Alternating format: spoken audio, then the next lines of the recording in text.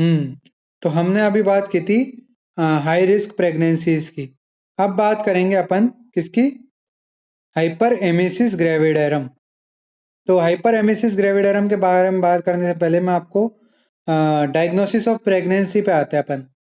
तो first trimester में जो है लक्षण क्या थे डायग्नोसिस ऑफ प्रेगनेंसी में?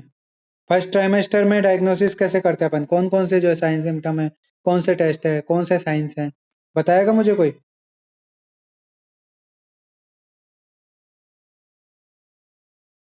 ज्योति, रूपाली? नोजिया, वोमिटिंग, और और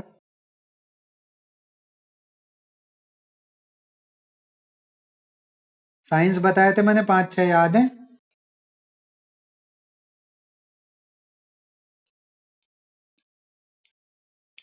पढ़ा तो है ना डायग्नोसिस ऑफ प्रेगनेंसी तुमने? चलो नहीं पढ़ा हो तो पढ़ लेना। तो एक चीज चलो तुमने बताई इसमें कि नोजिया वोमिटिंग जो है फर्स्ट ट्राइमेस्टर में एक साइन सिम्टम की तरह है प्रेगनेंसी का। ठीक है, तो मतलब वो एक नॉर्मल चीज हुई कि भाई प्रेगनेंसी के दौरान ज्यादातर महिलाओं को जो है क्या होती है, वोमिटिंग होती है, नोजिया की कंडीशन होती है। ठीक है, तो एक मतलब नॉर्मल फिजियोलॉजिकल कंडीशन हुई है।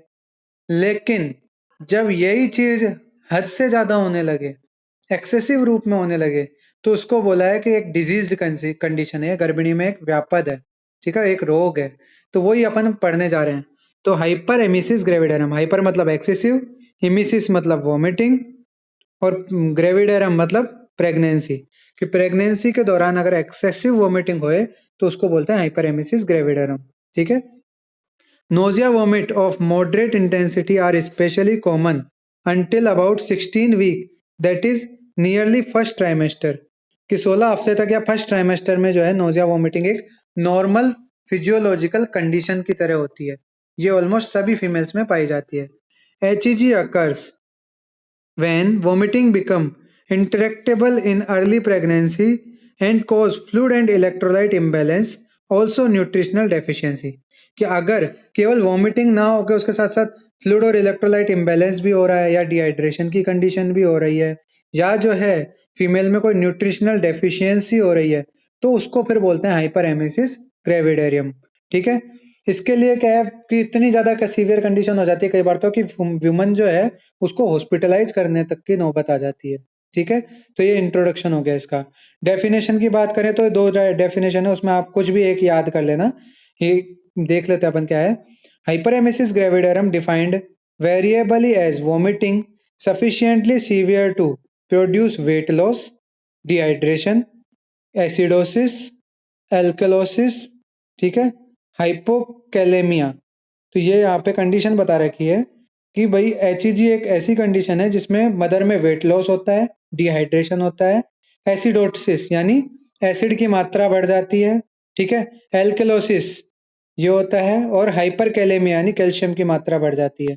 ठीक है, तो ये हो जाता है अपने क्या, हाइपर एमिसिस ग्रेविडेरम। ठीक है, अब यहाँ पे एसिडोसिस क्यों हुआ वो भी रीजन मैं बताऊंगा, एल्केलोसिस क्यों हुआ उसका भी रीजन बताऊंगा, और हाइपोकैलेमिया का भी बताऊंगा। ठीक है, पहले अपन बात कर लेते हैं कि इसमें और दूसरी डेफिनेशन क्या है। It is severe type of vomiting of pregnancy which has got deleterious effect on health of mother और incapacitates her to day life. कि ऐसा होता है कि इसमें जो प्रेग्नेंट है उसकी हेल्थ पर इसका असर पड़ता है, और वो टू डे लाइफ के काम भी नहीं कर पाती। ठीक है, the adverse effect of severe vomiting are, कि एडवर्स इफेक्ट क्या क्या हो सकता है, डिहाइड्रेशन हो सकता है, एल्केलोसिस हो सकता है, इलेक्ट्रोलाइट इम्बैलेंस हो सकता है, वेट लॉस हो सकता है, और मेटाबॉलिक एसिडोसिस हो सकता है। तो ये सारे इसके एडवर्स इफेक्ट हैं। ठीक है, कोज पे जाने से पहले मैं जो लक्षण आए इसके उनके बारे में थोड़ी बहुत बात करता हूँ आपसे। ठीक है, बात करते हैं क्या होता क्या है इसमें, क्यों होता है एसिडोसिस, क्यों होता है इसमें डिहाइड्रेशन, उसके बारे में बात करते हैं। ठीक है, तो बात ऐसी है कि सबसे पहले अपने क्या होती है, एक्सेसिव वोमिटिंग होती है। Excess vomiting.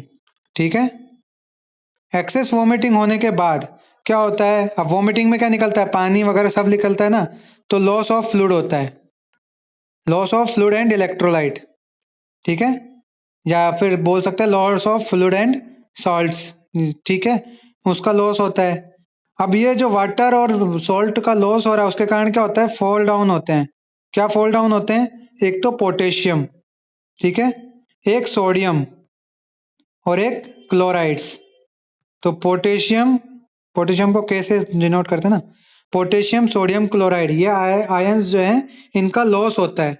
क्यों, क्योंकि ये बाइल सॉल्ट्स वगैरह के साथ जो है, मतलब जो अपना वोमिट है बाहर निकल रहा है जो पदार्थ, उसके साथ ये भी बाहर निकल जाते हैं, ठीक है। अगर ये तीनों बाहर निकल जाता है तो फिर क्या होता है, इलेक्ट्रोलाइट इम्बैलेंस, ठीक है, इलेक्ट्रोलाइट इम्बैलेंस हो गया। अब इलेक्ट्रोलाइट इम्बैलेंस बना रहने के कारण क्या होता है, डिहाइड्रेशन, ठीक है। तो ये आप लिखते जाओ, चाहे साथ में कॉपी रख लो अपने पास, उसमें लिखो सबसे पहले क्या हुआ, एक्सेसिव वोमिटिंग हुई, फिर loss of water and salt या लॉस ऑफ फ्लूइड हो गया, लॉस ऑफ फ्लूइड के कारण fall down level of potassium sodium and chloride हो गया, ठीक है। इनके फॉल डाउन होने के कारण क्या हुआ, इलेक्ट्रोलाइट इम्बैलेंस हुआ, इलेक्ट्रोलाइट इम्बैलेंस के कारण क्या हुआ, डिहाइड्रेशन हुआ, ठीक है, डिहाइड्रेशन हो गया। लिख लिया यहां तक आपने, आगे बढ़े।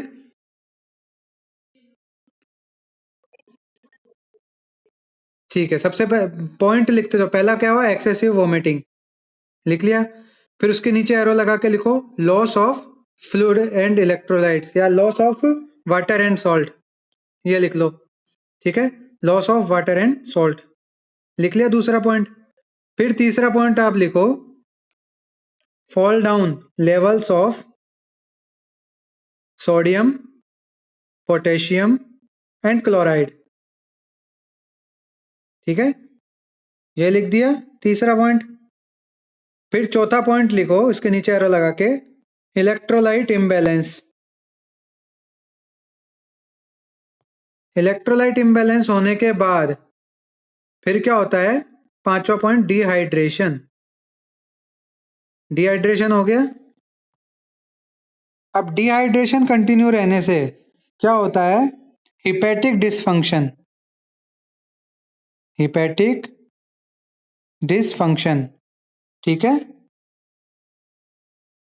हिपैटिक डिफंक्शन होने से फिर क्या हो सकता है कि कीटोसिस, एसिडोसिस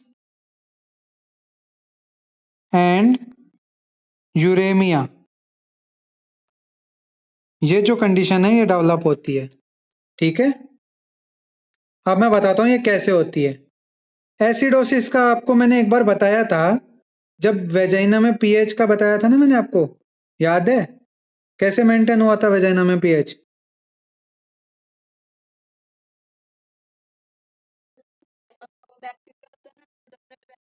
हाँ,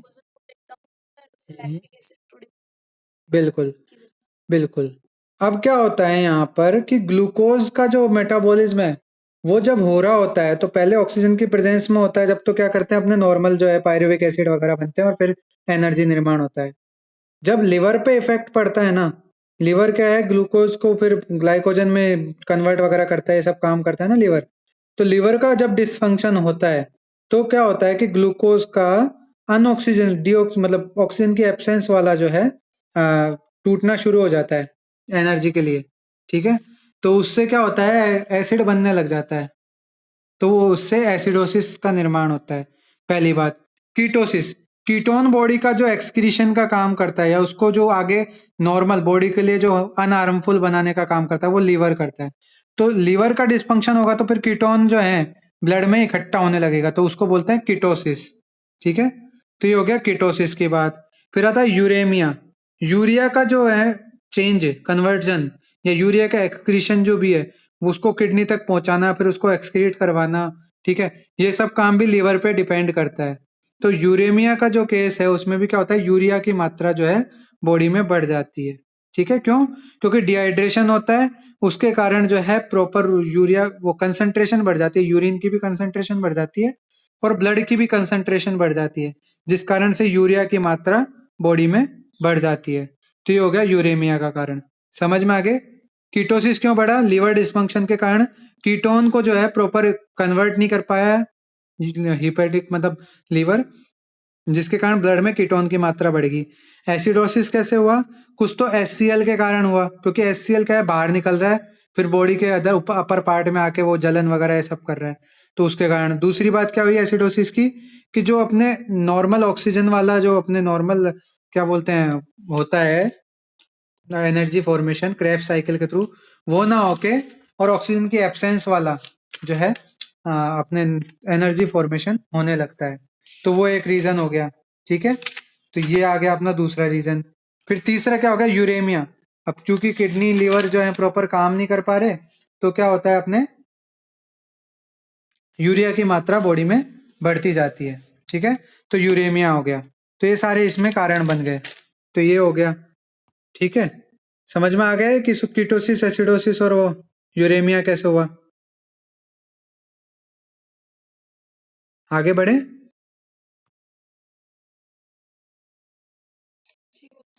ठीक है, आगे अपन बढ़ते हैं, तो आते हैं कॉजेस पे। तो कॉजेस क्या होते हैं इसमें? अननोन कॉजेस बताएं। अच्छा, कीटो एसिडोसिस या कीटोसिस और एसिडोसिस का एक रीजन और बताया है, वो भी मैं आपको बता देता हूँ। क्या होता है? वोमिटिंग होती है। वोमिटिंग के कारण क्या होती है? फीमेल को लॉस ऑफ एपिटाइट होता है, यानी खाने में अरुचि होती है। ठीक है, खाने में अरुचि होती है तो वो प्रॉपरली फूड इनटेक नहीं कर पाती है, यानी प्रॉपर अच्छे से खाना नहीं खाती। अच्छे से खाना नहीं खाएगी तो उसको प्रॉपर जो है क्या नहीं मिलेगा? कार्बोहाइड्रेट नहीं मिलेगा। कार्बोहाइड्रेट नहीं मिलेगा तो क्या बॉडी किसका फिर डाइजेशन करेगी? फैट का डाइजेशन करेगी। फैट का जो है अगर इनकम्प्लीट ऑक्सीडेशन होगा तो क्या बनेगा? फिर accumulation of ketone body in blood. ठीक है, जो कि ब्लड है उसमें कीटोन बॉडीज आने लग जाएंगी, तो कीटो एसिडोसिस का निर्माण होगा। समझ में आ गई ये बात? पॉइंट बाय पॉइंट बताऊं? देखो, मैं अभी बता रहा था कि वॉमिटिंग हुई। वॉमिटिंग से क्या हुई? फीमेल को लॉस ऑफ एपिटाइट। ये कीटो एसिडोसिस का एक और रीजन बता रहा हूं। लॉस ऑफ एपिटाइट हुआ। लॉस ऑफ एपिटाइट के कारण क्या होगा? फीमेल कम भोजन लेगी, इनएडिक्वेट इंटेक ऑफ फूड। ठीक है, कम भोजन लेगी। कम भोजन लेगी तो लो कार्बोहाइड्रेट। कार्बोहाइड्रेट जो है बॉडी में कम होगा। कार्बोहाइड्रेट कम होगा तो फैट रिजर्व यूज होंगे। RESERV, फैट रिजर्व यूज होंगे। फैट रिजर्व यूज होंगे तो क्या होगा? फैट का डाइजेशन करना पड़ेगा। अब फैट का अगर इनकम्प्लीट डाइजेशन हुआ, क्योंकि अग्निमांद्य जैसी कंडीशन है, उसका डाइजेशन हार्मोन वैसी ढंग से काम नहीं कर पा रहे, रिफ्लेक्सेस काम नहीं कर रहे, तो इनकम्प्लीट डाइजेशन होने के कारण क्या होगा? कीटोन बॉडी फॉर्मेशन होगा। ठीक है, कीटोन बॉडी निर्माण या कीटोन बॉडी का एक्यूमुलेशन होगा। एक्यूमुलेशन होने के कारण क्या होगा? कीटो एसिडोसिस होगा। समझ में आ गई ये बात? तो ये कीटो एसिडोसिस और इनके कारण बता दिए मैंने। अब आते हैं इसके कोजेस पे, इटियोलॉजी पे। तो इटियोलॉजी क्या है? वैसे तो अननोन होती है इटियोलॉजी। ठीक है, हाँ।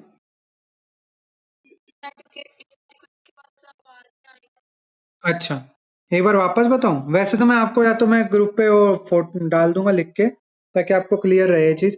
फिर भी मैं बता देता हूँ। सबसे पहले वोमिटिंग आई। ठीक है, वोमिट के कारण क्या हुआ? Loss of appetite. Loss of appetite, LOA से मतलब लॉस ऑफ एपिटाइट। ठीक है, लॉस ऑफ एपिटाइट के कारण क्या हुआ? मदर को खाने की इच्छा नहीं हुई, तो उसने क्या लिया? इनएडिक्वेट इनटेक ऑफ फूड, यानी अच्छे से खाना नहीं खाया। ठीक है, इनएडिक्वेट intake of food. इनएडिक्वेट intake of food हुआ तो जो खाना उसने लिया उसमें ग्लूकोज क्या है? कम है, तो ग्लूकोज की कमी हुई। ठीक है, या ग्लाइकोजन की कमी होगी, क्योंकि पहले बॉडी ग्लाइकोजन यूज करेगी, ग्लाइकोजन स्टोर को, तो ग्लाइकोजन की कमी हो जाएगी। ग्लाइकोजन की कमी होने के बाद बॉडी किस पे डिपेंड होएगी? फैट पे, तो फैट डाइजेशन स्टार्ट होगा। फैट डाइजेशन, फैट डाइजेशन होगा। अब फैट का जो है इनकम्प्लीट ऑक्सीडेशन होगा। इनकम्प्लीट ऑक्सीडेशन होगा। क्यों? क्योंकि प्रेगनेंसी के दौरान जो है फीमेल के रिफ्लेक्सेस और एंजाइम्स वगैरह है वो उतने प्रॉपर काम नहीं कर पाते, क्योंकि प्रोजेस्टेरोन हार्मोन कारण सारी मसल्स जो हैं, सारे ऑर्गन्स जो हैं रिलैक्स्ड पोजीशन में रहते हैं, ठीक है। तो इनकम्प्लीट ऑक्सीडेशन ऑफ फैट होगा, ठीक है। तो उसके कारण क्या होगा, accumulation of ketone body, accumulation of ketone body, ketone body का जो है एक्यूमुलेशन होगा, इकट्ठा होंगी वो। तो उससे क्या कंडीशन बनेगी, keto acidosis, keto acidosis, keto acidosis की कंडीशन बनेगी। लिख लिया, हो गया, समझ में आ गया, आगे बढ़े।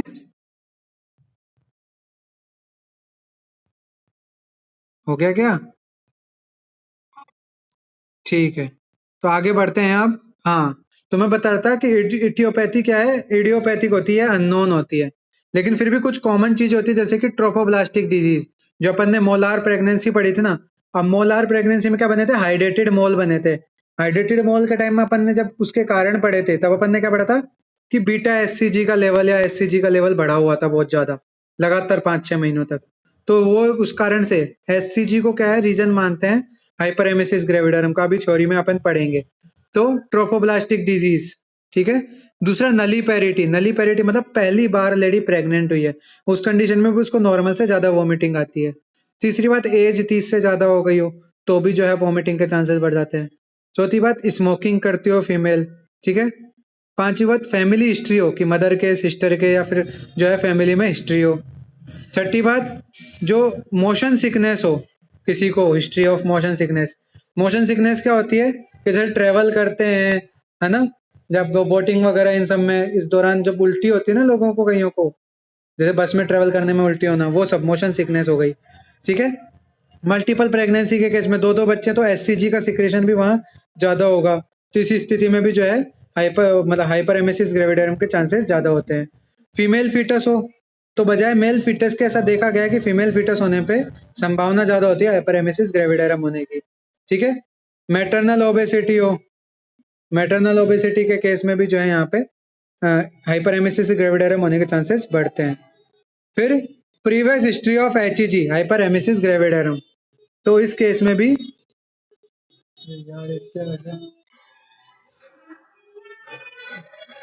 हाइपर एमेसिस ज्यादा शोर आ रहा है क्या बैकग्राउंड में?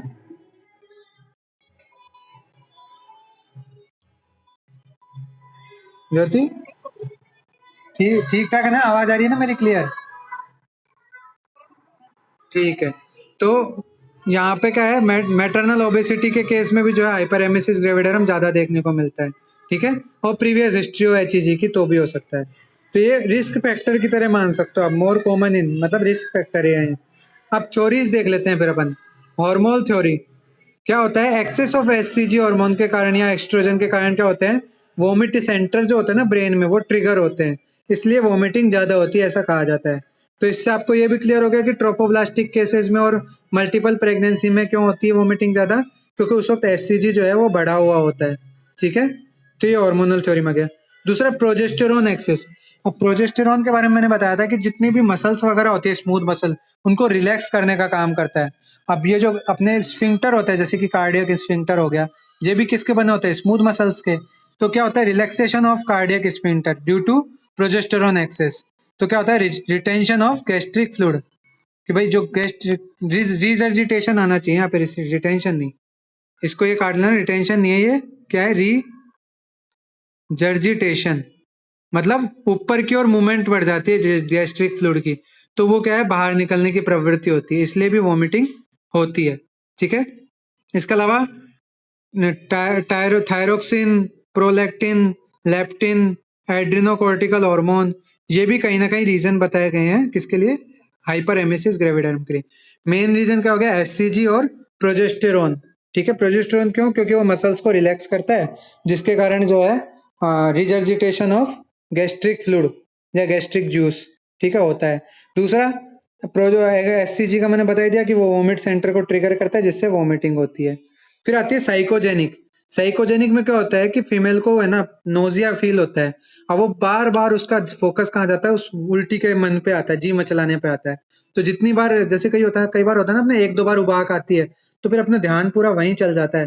फिर वो उबाक जब तक उल्टी नहीं आ जाती है, तब तक अपने ऐसे मन में चलता रहता है कि यार उबाक अब आएगी, उल्टी अब आएगी, तो उसको आने लग जाती है उल्टी। तो वो भी हाइपरेमेसिस ग्रेविडरम का कारण माना जाता है, साइकोजेनिक। ठीक है। तीसरा डाइटरी डेफिशिएंसी, कि भाई कार्बोहाइड्रेट कम ले रही है, या विटामिन B1 B6 जो है मेन रीजन बताए जाते हैं किसके, हाइपरेमेसिस ग्रेविडरम के। इनकी डेफिशिएंसी होने पे हाइपरेमेसिस ग्रेविडरम होता है, ऐसा माना गया है। ठीक है। तो ये डाइटरी डेफिशिएंसी भी एक रीजन माना गया है। तो ये हो गए कॉज। इसके अलावा कोई एलर्जी हो फीमेल को, किसी चीज से एलर्जी, तो बार बार क्या होगी, खांसी आएगी। ऑलरेडी उबा के जी मचलाने जैसी स्थिति रहती है, तो ऐसे में खांसी के साथ क्या होगी, वॉमिटिंग भी आने लग जाती है। तो एलर्जी क्या इम्यूनोलॉजिकल बेसिस हो सकता है इसके वजह। तीसरा अगला क्या है, डिक्रीज्ड गैस्ट्रिक मोटिलिटी, कि अब मैंने कहा है कि मसल्स जो है रिलैक्स होती है इंटेस्टाइन और इसकी इस स्टमक वगैरह की, तो इसलिए क्या होता है कि मोटिलिटी डिक्रीज होने के कारण भी जो है नोजिया वोमिटिंग की संभावनाएं बढ़ जाती है। फिर लीवर, किडनी, हार्ट या ब्रेन में से किसी की भी पैथोलॉजी हो, कोई डिजीज हो, तो उस केस में भी जो है यहाँ पे एक्सेसिव वोमिटिंग देखने को मिलती है। ठीक है। तो ये सारे कारण हो गए, समझ में आ गए सारे कारण। आगे टाइप्स की बात करते हैं। टाइप्स दो तरह के होते हैं, अर्ली एचईजी और लेट एचईजी। अर्ली एचईजी में क्या होता है, डिहाइड्रेशन या कुपोषण ये जो है दिखाई नहीं देते, केवल वॉमिटिंग होती है। और लेट एचईजी में क्या होती है कि डिहाइड्रेशन भी साथ में होता है विद स्टारवेशन, यानी कुपोषण के साथ। ठीक है। तो ये लेट एचईजी हो गया। अब बात करते हैं क्लिनिकल फीचर्स की। सबसे पहले सिम्टम्स। पहला सिम्टम तो आपको बताइए, वॉमिटिंग हो रही है, एक्सेसिव वॉमिटिंग। ठीक है। दूसरा ओलिगोयूरिया, चूंकि डिहाइड्रेशन जैसी कंडीशन बन रही है, तो पानी की कमी होगी तो यूरिन कैसे पास होगा, तो ओलिगोयूरिया की कंडीशन। बार बार वोमिट आने पर अपनी क्या होती है, एब्डोमेन की मसल्स थक जाती हैं, तो एपिगैस्ट्रिक पेन होता है। ठीक है। वोमिटिंग इनिशियली वाटरी और बिलियस होता है। ठीक है। तो वोमिटिंग जो होती है उसमें वोमिटस जो निकलता है पदार्थ, वमन पदार्थ, वो कैसे निकलता है, वाटरी और बिलियस निकलता है। वेट लॉस देखने को मिलता है। ठीक है। कई बार क्या होता है कॉन्स्टिपेशन की, आप चूंकि कुछ खा नहीं रहे और खा रहे हैं वो पूरा मुंह से निकल रहा है, तो फिर क्या मल बनेगा, क्या नहीं बनेगा, तो कॉन्स्टिपेशन की स्थिति बन जाती है। टाइलिज्म मतलब लार निकलना, तो लार आती रहती है फीमेल को। स्पिटिंग, बार बार निष्ठीवन यानी थूकने जैसी कंडीशन होती रहती है। फैटिक, थकान होती है, बार बार वॉमिटिंग आ रही है तो बॉडी पूरी थकी जाती है, सारी मसल्स थक जाती है उसमें। एनोरेक्सिया, भोजन में अरुचि होती है। ठीक है। और कुछ मेंटल सिम्टम्स भी दिखाई देते हैं, जैसे कि हाथ पैर कांपने लग जाना। ठीक है। और जो है फीमेल को चक्करें आना, ये सब मेंटल कंडीशंस के जैसे लक्षण भी दिखते हैं। सीजर्स आना, तो ये भी लक्षण दिखाई देते हैं सीवियर केसेस में। ठीक है। तो ये तो हो गए सिम्टम्स। साइन क्या हो गए, डिहाइड्रेशन के साइन मिलेंगे वहां पे, जैसे हाथ पैर सब सफेद हो जाएंगे। ठीक है। फीमेल के होठ सूखने लगेंगे। ठीक है। तो ये सारे जो लक्षण, स्किन रूखी होने लगेगी, ये सारे लक्षण दिखाई देंगे डिहाइड्रेशन में। ठीक है। मसल वास्टिंग, जो उसकी मसल्स हैं उनमें जो है वो कम साइज उनके जैसे वो घटने लगेगा, या उन वास्टिंग होने लगेगी उनमें। ठीक है। कीटोसिस, कीटोएसिडोसिस, ये मैंने आपको रीजन बताई दिए कैसे होते हैं। वेट लॉस होगा। ठीक है। टेकिकार्डिया होगा, बार बार जैसे वॉमिटिंग होती है, तो आपने भी फील किया होगा, जनरल इंसान भी फील करता है कि जब वॉमिटिंग होती है उसके बाद एकदम से हार्ट बीट बढ़ जाती है। ठीक है। तो टेकिकार्डिया की कंडीशन होगी। फिर पोस्ट्यूरल हाइपोटेंशन, पोस्चरल हाइपोटेंशन, कि जैसे उसको जो है अगर जैसे लेट जाती है बहुत देर तक, तो उसको हाइपोटेंशन जैसी कंडीशन होती है। फिर ड्राई कोटेड टंग, कि जो उसकी जीभ है वो एकदम सफेद सी कोटेड सी हो जाती है। संकन आइज, आंखें अंदर चली जाती हैं। ठीक है। Acetone like smell in breath, कि ब्रीथ में जो उसकी सांस ले रही है उसमें एसीटोन लाइक ब्रीथ होती है। तो ये हो गए साइन सिम्टम। जनरली ये सारे साइन सिम्टम, उनमें से अधिकतर अपन लोग फील कर चुके कभी ना कभी, वॉमिटिंग हुई है जब। ठीक है। तो वो आप जो जो आपके दिमाग में है ना वो सब लिख देना आप। बस मेन क्या याद रखना है, डिहाइड्रेशन याद रखना है। ठीक है। कीटोसिस, कीटोएसिडोसिस याद रखना है। टैकीकार्डिया याद रखना है। ठीक है। सिम्टम्स में क्या याद रखना है, excessive vomiting, oliguria, epigastric pain. ठीक है। और वोमिटस कैसा होता है, वाटरी और बिलियस, एनोरेक्सिया, फैटिग, ये आप लिख लोगे। तो ये लक्षण तो कम से कम याद होने चाहिए, बाकी तो आपको लिख लेना जितने याद हो। ठीक है। फिर इन्वेस्टिगेशन क्या क्या करते हैं, तो मैंने बताया था कि एक तो पैथोलॉजी हो सकती है ऑर्गन्स की, तो LFT, thyroid function test, CBC, ये करवा लेते हैं इन्फेक्शन की जांच के लिए। यूरिन टेस्ट करवाते हैं कि भाई प्रोटीन वगैरह तो नहीं आ रहा है, प्री एक्लेम्पशिया जैसी कंडीशन तो नहीं है। ठीक है।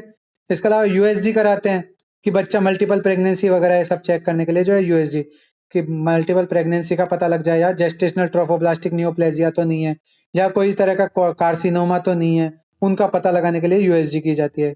ठीक है। ऑप्थेल्मोस्कोपी, कि भाई कोई ऑप्थेल्मोलॉजिकल डिसऑर्डर तो नहीं है, कोई आई का कोई डिसऑर्डर तो नहीं है, तो इसलिए ऑप्थेल्मोस्कोपी की जाती है। तो ये सब इन्वेस्टिगेशंस हो गए। अब बात करते हैं मैनेजमेंट की। मैनेजमेंट के लिए अपन को मेनली सिद्धांत, क्या काम क्या करना है इसमें, सबसे पहले अपन को करना क्या है वो देखते हैं अपन। सबसे पहले तो अपन को वॉमिटिंग कंट्रोल करनी है, कि उल्टी रोकनी है उसकी। दूसरी बात, अगर फ्लूइड और इलेक्ट्रोलाइट इम्बैलेंस हुआ है या डिहाइड्रेशन हुआ है तो उसको ठीक करना। तीसरी बात, मेटाबॉलिक डिस्टरबेंस जो भी हुआ उसको, जिसके कारण उसको खाने में मन नहीं लग रहा है या कुछ भी प्रॉब्लम है, उसको ठीक करना है। ठीक है। चौथी बात, उससे होने वाले सीवियर कॉम्प्लिकेशन से होने से बचाना है या उनको दूर करना है। तो severe complication of severe vomiting को प्रिवेंट करना है, रोकना है। तो ये अपना प्रिंसिपल होता है, सिद्धांत होते हैं, चिकित्सा सिद्धांत की बात करते हैं ना वो। अब मेडिकल मैनेजमेंट क्या करते हैं, सबसे पहले देते हैं उसको एंटी इमेटिक ड्रग। क्या क्या होते हैं, प्रोमेथाजीन 25 mg आईएम के थ्रू इंट्रामस्कुलर देते हैं। ठीक है। दूसरा, ट्राइफ्लुरोप्रोमेजीन 10 mg डोज आईएम के थ्रू देते हैं। फिर मेटाक्लोप्रोमाइड, ये भी एंटी इमेटिक ड्रग है, 10 mg आईएम के थ्रू। इनमें से कोई सी भी एक दे देते हैं। ठीक है। हाइड्रोकोर्टिसोन, ये क्या होता है, अपने स्टेरॉइड होता है, तो 100 mg आईवी ड्रिप के थ्रू दे देते हैं सीवियर केस में, जब वॉमिटिंग कंट्रोल ही नहीं हो रही है। ठीक है। प्रेडनिसोलोन भी दी जा सकती है। इसके अलावा मैंने बताया था कि एक न्यूट्रिशनल थ्योरी भी चलती है कि विटामिन B1 B6 की कमी से जो है अपने हाइपरेमेसिस ग्रेविडेरम होता है। तो न्यूट्रिशनल मल्टीविटामिन सप्लीमेंट्स दिए जाते हैं, प्रोटीन सप्लीमेंट्स दिए जाते हैं। ठीक है। फ्लूइड चढ़ाया जाता है उसको, आईवी ड्रिप चढ़ाई जाती है, ड्रिप की बात है। ठीक है। डेक्सट्रोज ड्रिप चढ़ाई जाती है, 5% डेक्सट्रोज या RL इन्फ्यूजन किया जाता है और पोटेशियम सप्लाई की जाती है। ठीक है। तो ये अपने ड्रिप चढ़ाई जाती है। तो वो हो गया डिहाइड्रेशन के केस में। फिर ऑब्स्ट्रक्टिव मैनेजमेंट क्या करते हैं, मतलब लेबर के टाइम में, तो non therapeutic abortion is a indication, कि भाई अगर उसके वॉमिटिंग ज्यादा हो रही है ना, तो ऐसा नहीं अबॉर्शन ही करा दो बच्चे का, तो वो जरूरी नहीं है। ठीक है। अबॉर्शन कब कराया जाता है, जब वॉमिटिंग जो है रुकी नहीं रही, थेरेपी करने के बाद भी, जो अपन ने ऊपर के मैनेजमेंट बताया ना, वो सब करने के बाद भी अगर वॉमिटिंग नहीं रुक रही है, तब अबॉर्शन कराने की नीड पड़ती है। ठीक है। और कॉम्प्लिकेशन की रिस्क हो किसी तरह की, जिसमें बच्चे की जान को खतरा हो बहुत ज्यादा, तब भी अबॉर्शन कराया जा सकता है। अदर मैनेजमेंट क्या है, अदर मैनेजमेंट मतलब जनरल चेकअप कराना है, जैसे कि foetal heart rate, foetal activity, foetal growth को मॉनिटर करना। ठीक है। कीटोन बॉडी चेक करना यूरिन में, आईवी लाइन चलाना डिहाइड्रेशन और वेट लॉस के केस में। ठीक है। लैब डाटा मॉनिटर करना और साइन ऑफ डिहाइड्रेशन और उसकी चेक करना, इम्बैलेंस का, इलेक्ट्रोलाइट इम्बैलेंस को।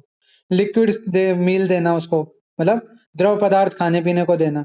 तो ये अपने मैनेजमेंट हो गए। कॉम्प्लिकेशन क्या हो सकती है, सीवियर डिहाइड्रेशन हो सकता है, जिसके कारण इलेक्ट्रोलाइट इम्बैलेंस और रीनल फेलियर तक हो सकता है। दूसरा, वर्निक्स एनसीफेलोपैथी, ये क्या होता है, थायमिन यानी विटामिन B1 की डेफिशिएंसी से होने वाला रोग है। ठीक है। तो वर्निक्स एनसीफेलोपैथी, एनसीफेलोपैथी मतलब ब्रेन से रिलेटेड होती है। ठीक है।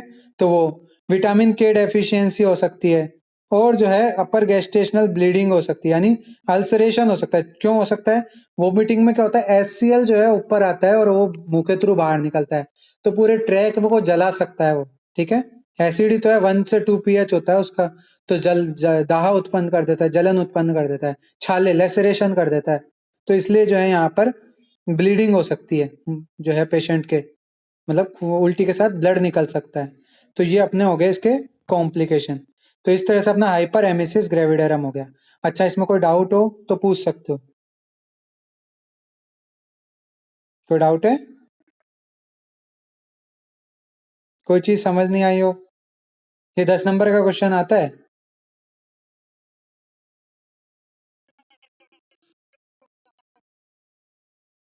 ठीक है। तो अब एक बार वापस ज्वाइन करो, है ना, ये बीच में एंड हो जाएगी नहीं तो क्लास।